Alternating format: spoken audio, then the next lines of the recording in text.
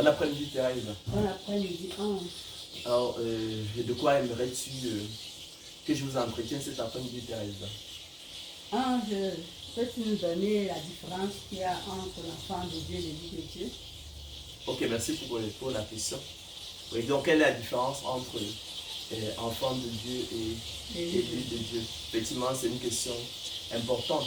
Donc, disons que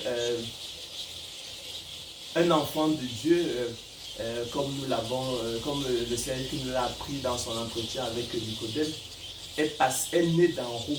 Il est né de Dieu, il est né du Saint-Esprit. Il est passé pour être décisif par l'expérience unique de la nouvelle naissance. Donc c'est ça l'enfant de Dieu. Il est né de nouveau. D'accord? Alors, par contre, l'élu de Dieu, disons que c'est un héritier de Dieu, d'accord? Mais il doit passer, donc mis à part dès avant la fondation du monde, mais il doit passer par la nouvelle naissance pour devenir enfant de Dieu. Donc l'élu de Dieu a vocation à devenir enfant de Dieu.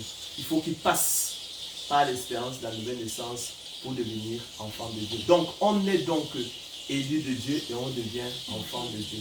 On est élu de Dieu et par l'expérience de la nouvelle naissance, l'élu de Dieu devient enfant de Dieu intégré dans la famille de Dieu. Mais on ne naît pas enfant de Dieu. On est élu de Dieu. On est enfant de la promesse. On est élu de Dieu. On est enfant de la promesse.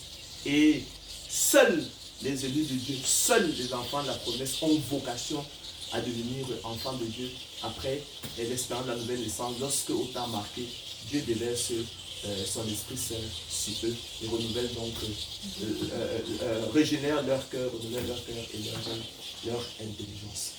Donc, naturellement, les enfants de Dieu vont se distinguer des enfants du diable, comme l'apôtre Jean l'appelle. Nous sommes tous des créatures de Dieu, mais il y a d'une part les enfants de Dieu qui effectivement sont nés de Dieu, et puis il y a les enfants du diable